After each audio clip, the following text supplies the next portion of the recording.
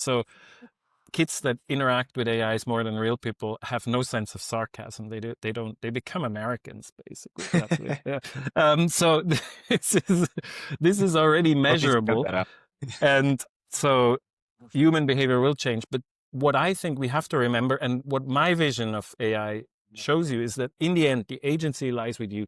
So what we're suffering from right now is a technology used, employed in a very complex societal environment.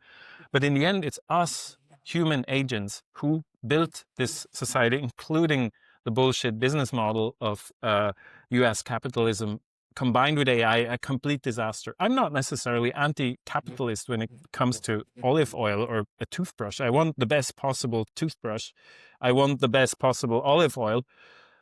But when it comes to having to drive a sort of a research effort like this, it's a total disaster because everything becomes enveloped in bullshit. I mean, I'm using this term not as an offensive term. There is a book, the best-selling philosophy book of all time is Harry Frankfurt's book that's called On Bullshit. And bullshit is not lying because a lie is concerned with hiding the truth. And Frankfurt says bullshit is not concerned with lying the truth, but with hyping the bullshitter. Okay? So a bullshitter is no longer concerned with the truth. And this is typical, again, of the postmodern age that we live in. It's much more important to self-promote, to become successful like that, than to actually create real world value. And we need to get back to that. We are detaching ourselves from reality right now. And so this is something that the technology cannot be blamed for. This is an absolute direct consequence of a specific economic and political system that we've built up that is creating all the problems with populism and democracy right now. It's a natural consequence. But the promising thing here is that if you buy my ideas, then you know that we have agency. We're human agents. We can change the future. And we never know how that works because it's a bigger than us system. I don't like the term superorganism because it's not like an organism, but it's like a big monster that we've created. Some people call it Moloch or some other biblical monster, Leviathan.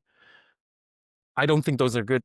They're also organisms. So I would just say there's a dynamic that's much bigger than us. So we don't know what's going to be good. So what we need is a sort of a swarm intelligence for the future. I like the maker attitude at the LPI that we have to have lots of different ways of people building different solutions to problems that we don't yet know are going to be problems in the future. And so I think this is extremely important right now to reaffirm, to reconquer our own agency from the machines. It's not the technology.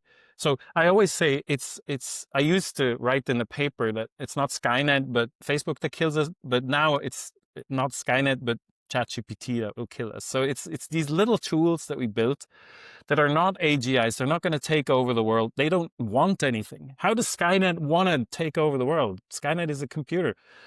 So we are building tools that we no longer understand. So basically we're like this, Goethe's sorcerer apprentice that most people know from Disney that has these brooms that go out of control. And so this is what's happening right now. But we can become sorcerers again and get those brooms under control if we just realize that we have the agency, that we need to democratically build these systems and that we have a say.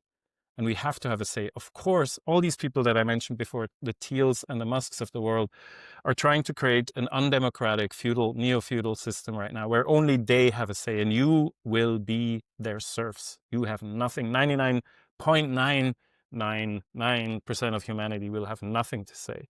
The good thing is we are 99.999% of humanity, so we need to learn to cooperate again, to find overlapping consensus on these things. And maybe someday, literally go with the pitchfork and the flare to those few people who have all the control. But it's a very worrisome development that these people are grabbing so much control because we need all of this to be democratically controlled. I think that's something the LPI is explicitly working on. But it's more important than ever to talk about this and also to talk about how these deeper philosophical ideas that I was trying to explain to you, this computationalism, the machine view, are underlying this very undemocratic push that's happening right now. These are deeply connected developments, okay? So, and only if you see that can you, make the deeper changes that are necessary right now.